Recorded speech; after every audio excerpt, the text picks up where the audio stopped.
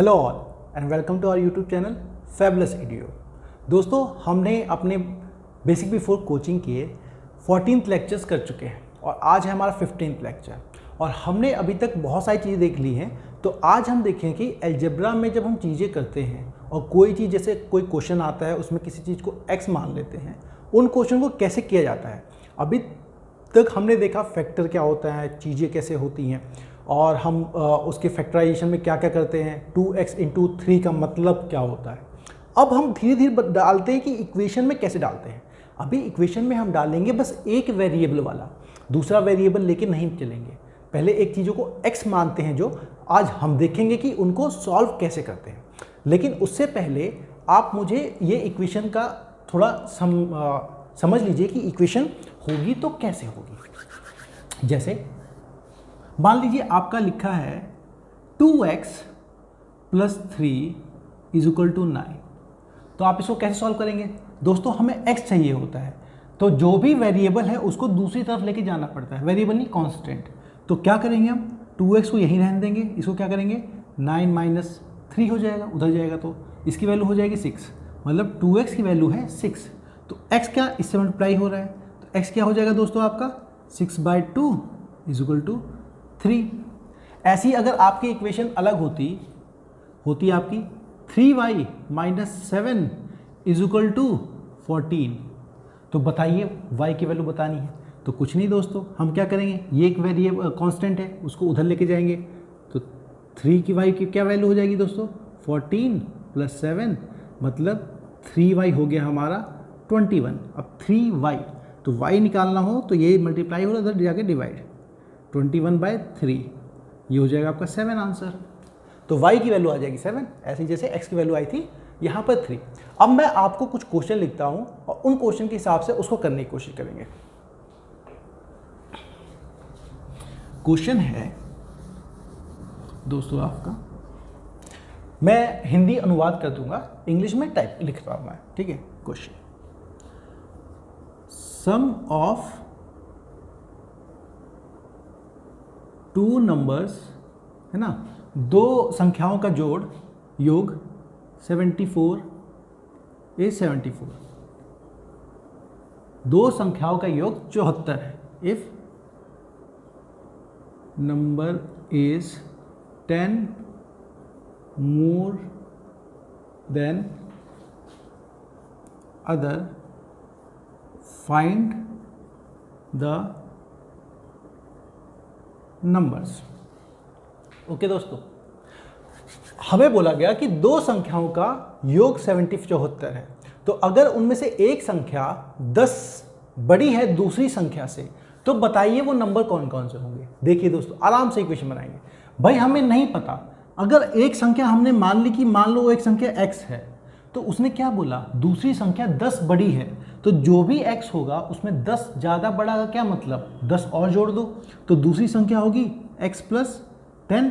एक संख्या हो गई x, दूसरी संख्या हो गई x + 10। अब उसने बोला दोनों संख्याओं का योग सम 74 है, तो दोनों संख्याओं को जोड़िए, इन दोनों को जोड़ेंगे तो हमारा आता है x + 10। इसकी वैल्यू क्या है दोस्तों, उन्होंने बोला 74 है, बन गई इक्वेशन। अब निकल जाएगा हमारा x, इसमें देखिए x + x जुड़ेगा तो ये 2x हो जाएगा, है ना, प्लस 10 ये है आपका 74। अब यहीं पे आप क्या करेंगे, 2x की वैल्यू आ जाएगी आपका 74, 10 को उधर लेके जाएंगे -10, है ना, तो 2x की वैल्यू आपकी आ जाएगी 64। तो इसमें से आप अगर x निकालेंगे तो 2 डिवाइड होगा 64/2, ये आ गया आपका 32। मतलब हमारा x जो है वो है 32। अगर हमारा x है 32 तो दूसरा संख्या क्या है दोस्तों, दूसरी वो है 32 + 10। एक मिनट, कुछ गड़बड़ हुई है।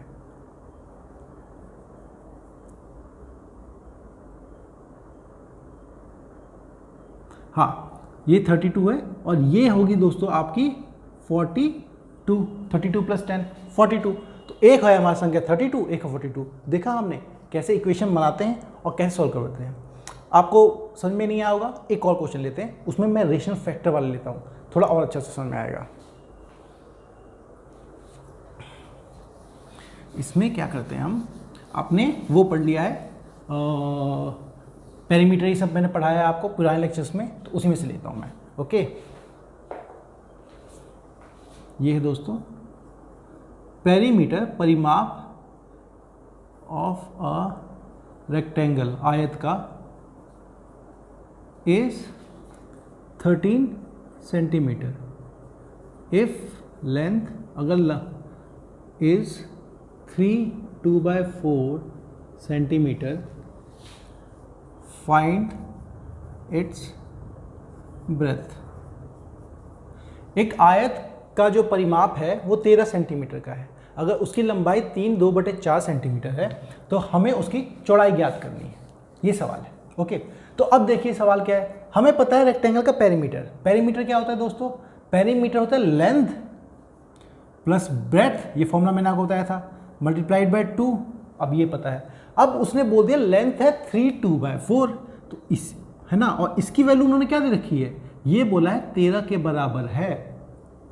हो गया, फिर ये 2 एल क्या है आपका दोस्तों 3/2/4 plus b is equal to 13।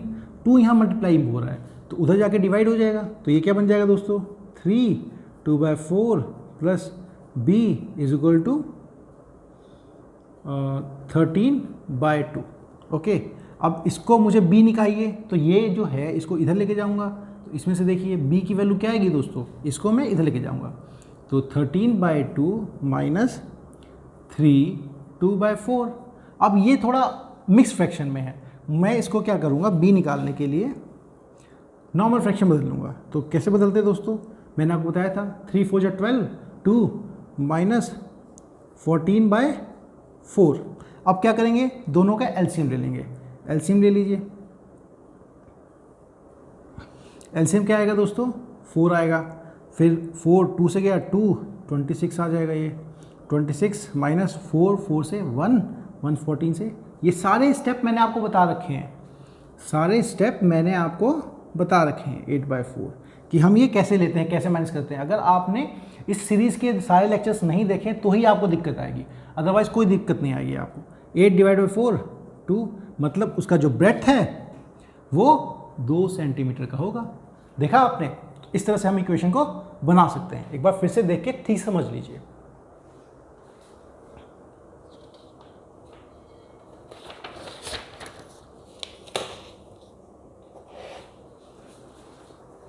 चलिए,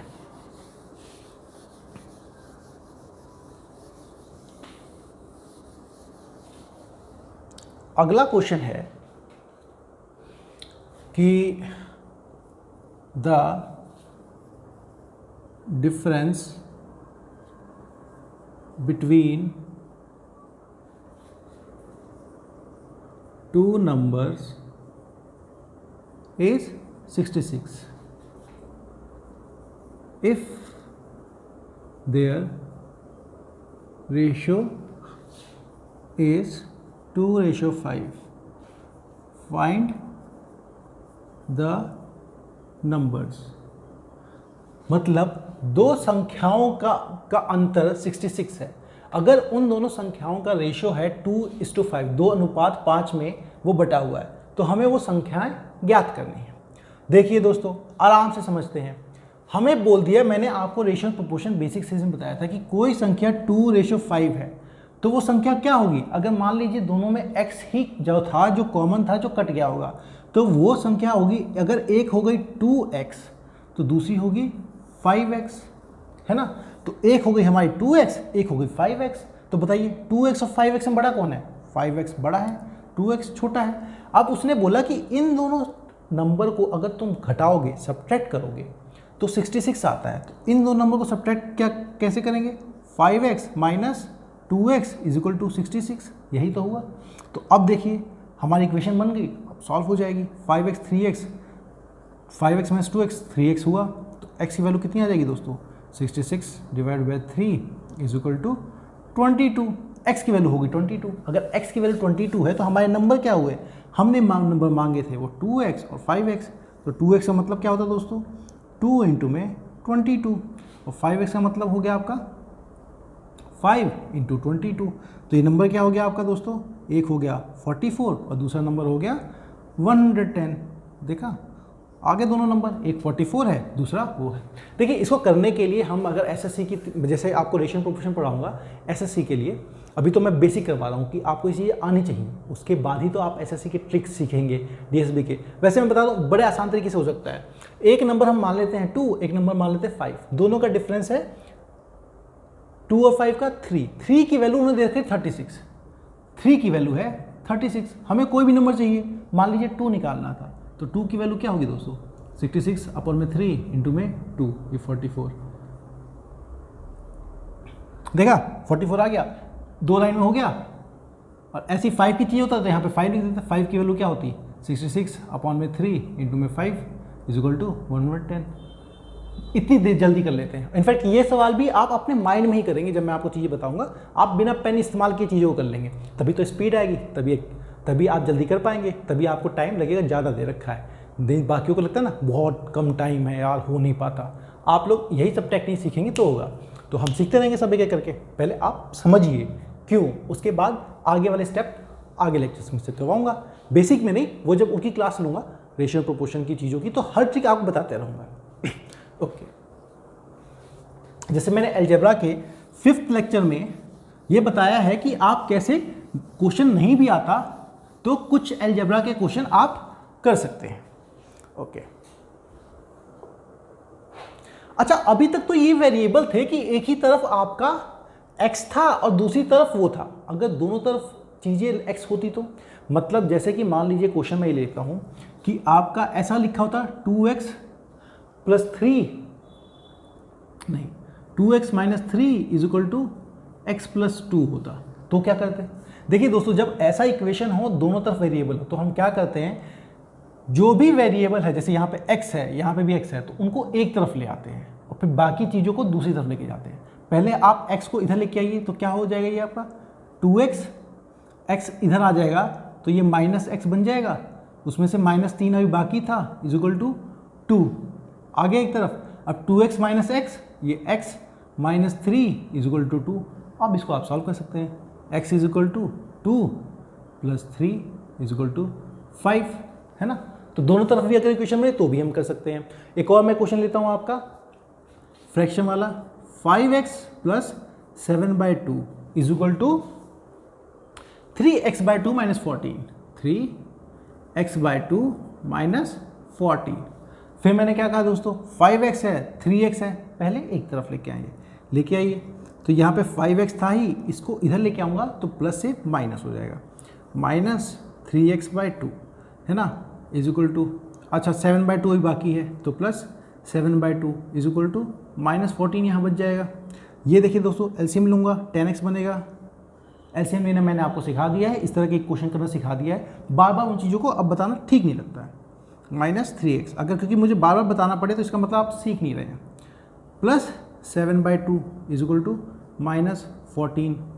ठीक है दोस्तों, अब ये क्या हो जाएगा आपका 7x/2, अच्छा ये है, इसको भी इधर लेके चला जाता हूँ, is equal to minus 14 minus 7/2।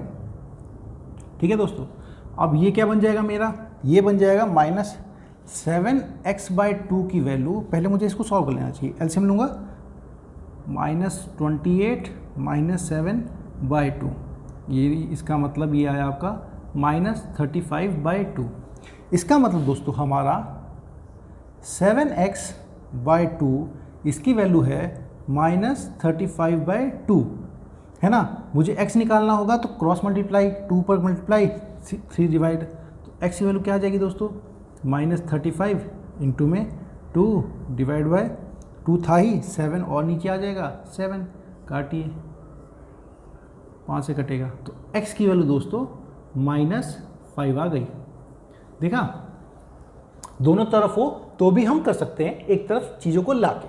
Okay चलिए, तो अब आप क्या कीजिए, एक क्वेश्चन ये, चलिए एक और क्वेश्चन मैं कर देता हूँ आपके लिए, आसान रहेगा फिर।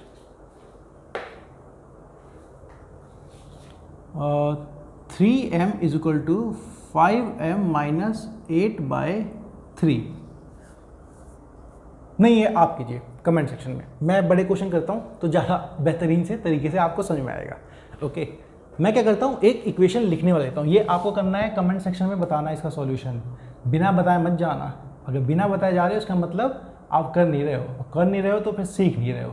सीखना आपको है, हम तो सीख चुके हैं बहुत पहले, तभी सिखा रहे हैं जी आपको। चलो, क्वेश्चन ये है,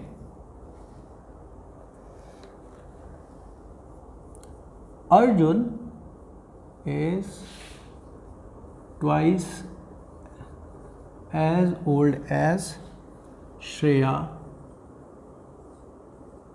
ठीक है, 5 years ago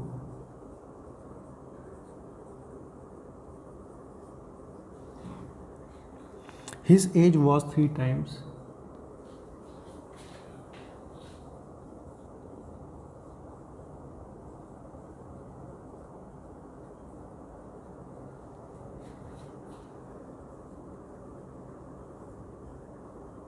Shreya's age, find their present age।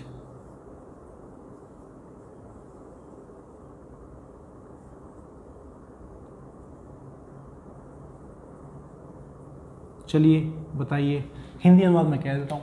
क्या था, अर्जुन जो है वो श्रेया से 2 गुना बड़ा है उम्र में, 2 गुना है श्रेया की उम्र का, और 5 साल पहले उसकी जो उम्र थी वो श्रेया की उम्र की 3 गुनी थी।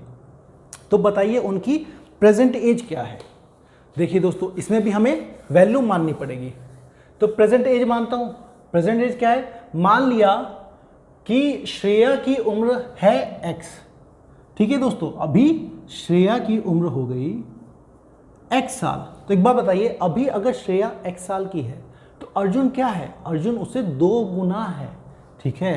तो अर्जुन क्या है, अर्जुन की उम्र क्या होगी, श्रेया की उम्र का 2 गुना है, 2 गुना क्या होगा 2x, ठीक है। अब 5 साल पहले जाते हैं, 5 साल अगर पहले जाएंगे तो श्रेया क्या होगी, 5 साल छोटी हो जाएगी, तो x में से 5 घटाना पड़ेगा। तो भाई अर्जुन भी तो 5 साल छोटा होगा 5 साल पहले, तो वो क्या होगी उसकी एज 2x - 5।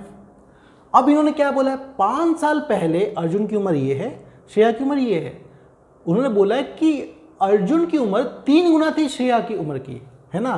तो अर्जुन की उम्र जो थी वो है 2x - 5, और वो श्रेया की उम्र के 3 गुना है, 3 गुना के 3 गुना है। श्रेया की उम्र क्या है, x - 5, तो x - 5 इसका 3 गुना है। बन गया इक्वेशन। अब इसको देखिए, सॉल्व कीजिए, क्या हो जाएगा आपको दोस्तों, 2x - 5 = 3x इंटू में -15, है ना। अब मैं क्या करूँगा, इस x को उधर लेके जाऊँगा, क्योंकि ये देखिए 3x बड़ा है, 2x उधर जाएगा, या फिर आप ऐसा भी कर सकते हैं, इधर ले आइए, कोई दिक्कत नहीं है, इधर ले आइए। तो क्या बन जाएगा दोस्तों, 2x - 3x, है ना, -5 = -15। 2x में से 3x गया, -x बचेगा, है ना, बड़ा ये है, प्लस माइनस माइनस लेकिन बड़े का साइन, और ये -5 को अब इधर लेके चला जाता हूँ, = -15 + 5। तो ये क्या दोस्तों हो जाएगा, -x की वैल्यू हो जाएगी -15 + 5 -10, प्लस माइनस माइनस लेकिन साइन बड़े वाले का। तो माइनस और माइनस, तो x की वैल्यू क्या हो जाएगी आपकी दोस्तों, -10 अपॉन में -1, ये हो जाएगा आपका 10, माइनस माइनस कट जाएगा। तो x मतलब ये ईयर्स, मतलब श्रेया जो है हमारी वो 10 साल की है। तो अर्जुन कितने साल का हुआ, अर्जुन है 2x × 2 × 10, वो 20 साल का है। अब आगे समझ में आपको, ऐसी चीज़ों को आराम से लिखिए, आराम से समझिए, आसान है, बड़े आराम से होगा, है ना। चलिए, अब मैं आपको क्वेश्चन देता हूँ, कुछ सॉल्व करेंगे आप। ये इक्वेशन तो मैंने समझा दिया, मैं ऐसे ही एक इक्वेशन बना के आपको फिर से बताऊंगा, लेकिन आप मुझे थोड़ा सा प्रैक्टिस करके बताइए, ये क्वेश्चन समझा के बताइए। चलिए, आपको सॉल्व करना है 6x + 1 / 3 + 1 = x - 3/6। ठीक है दोस्तों, ये क्वेश्चन मैं आपको करके बताता हूँ, आप एक कमेंट सेक्शन में करके बताएंगे। अच्छा सवाल वो है 5x - 2 इंटू में 2x - 7, इसकी वैल्यू है 2 इंटू में 3x - 1 प्लस 7/2। ये आपको करना है, ओके। ये क्वेश्चन आपको करना है। वो क्वेश्चन मैं एक और बता देता हूँ आपको, जिससे आपको आसानी रहेगी चीज़ों को देखने में। क्वेश्चन क्या है, ये है दोस्तों। अब मुझे क्या है, इधर फैक्टर है इधर फैक्टर है, तो मैं पहले फैक्टर बराबर कर लेता हूँ। तो ये क्या करूँगा, मैं एलसीएम ले लूँगा। 3 और 1 के 1 है, तो ये क्या बन जाएगा दोस्तों, 3x + 1 प्लस एलसीएम आएगा मेरा पहले 3, है ना, ये हो गया, इक्वल टू x - 3/6। अब ये 3 यहाँ है, इस 3 को इधर ले जाऊँ, क्रॉस मल्टीप्लाई होता है, ये ऊपर मल्टीप्लाई हो जाएगा, ये इधर मल्टीप्लाई हो जाएगा, इसे कहते हैं क्रॉस मल्टीप्लिकेशन। तो ये क्या बन जाएगा दोस्तों मेरा, 6 इंटू में 6x + 1 + 3 4 इक्वल टू आपका आ जाएगा 3 इंटू में x - 3 हो गया। ये क्या बन जाएगा आपको दोस्तों, 36x प्लस में 6 4 जा 24। ये मैंने आपको सिखाया, मल्टीप्लाई अंदर भी होगा, मल्टीप्लाई इसे भी होगा, ये मैंने आपको सिखा रखा है, ओके। तो ये आपको करना है। इनफैक्ट नहीं है तो अलजेब्रा का पहला टॉपिक, पहला लेक्चर देख लीजिए, उसमें मैंने बता रखा है आपको। 3x - 3 3 जा 9। अब मैं क्या करूँगा, इधर x है मेरा, इधर x है, इस x को इधर लेके आऊँगा, तो 36x इधर लेके आया, -3x इधर आ जाएगा, प्लस 24 है, इसकी वैल्यू है आपकी -9। 3x में से ये गया, 33x बचेगा। अब मैं क्या करूँ, इस 24 को यहाँ क्या इधर लेके जाऊँगा, है ना, तो 33x तो ये बच गया, 24 उधर चला गया, -9 - 24, तो 33x की वैल्यू दोस्तों आ गई, माइनस माइनस प्लस, है ना, लेकिन साइन बड़े वाले का, -33। x की वैल्यू क्या आ गई दोस्तों, -33/33, कट गया, -1 x की वैल्यू आ गई। आपको इसकी वैल्यू बतानी है, ठीक है। आ गया ना, कुछ मुश्किल नहीं है, सब आसान है। आप ये सोच के चलेंगे तभी करेंगे। अब मैं आपको एक क्वेश्चन और करवा देता हूँ, उससे क्या चीज़ें और आसान दिखने लग जाएंगी, समझ में आने लग जाएगा। ये क्वेश्चन मैं रब कर रहा हूँ, लेकिन आपको कमेंट में करना है, शरारत मत करना, क्वेश्चन करना। देखो करोगे तो सीखोगे, है ना, करोगे तो ही सीखोगे। अन्यथा देखो, आप पढ़ाई नहीं कर रहे हो ना, तो इस दुनिया के कोने में या फिर इंडिया के कोने में कोई ना कोई ज़रूर पढ़ रहा है आपको पीछे करने के लिए। तो ये याद रखिएगा, कहीं ना कहीं कोई पढ़ रहा होता है। वो कहते हैं ना कि हर सुबह जंगल में जब शेर अपनी आंखें खोलता है तो उसे ये समझ में आता है कि उसे किसी ना किसी हिरण से तेज़ भागना होगा, नहीं तो भूखा मारा जाएगा। और हर सुबह हिरण ये सोच के उठती है कि उसे शेर झुंड से सबसे तेज़ भागना है, नहीं तो कोई ना कोई शेर उसे खा जाएगा। तो जद्दोजहद है, लड़ाई है, कौन आगे भागता है। तो आपको जितनी मेहनत करोगे उतने ही आगे रहोगे, नहीं तो पीछे तो सब हैं ही, समझिए दोस्त, इसलिए मेहनत कीजिए। चलिए एक क्वेश्चन और समझाता हूँ। क्वेश्चन है, present age of Ramesh and Anurag. जो लोग हिंदी माध्यम के परेशान मत होइए, उनका अनुवाद कर दूंगा मैं। आर इन रेशो 4:5, ठीक है। 8 years from now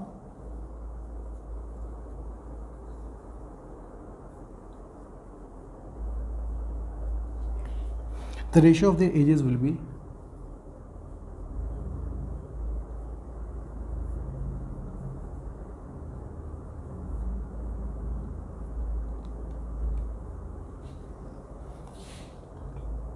5:6. Find their percentage.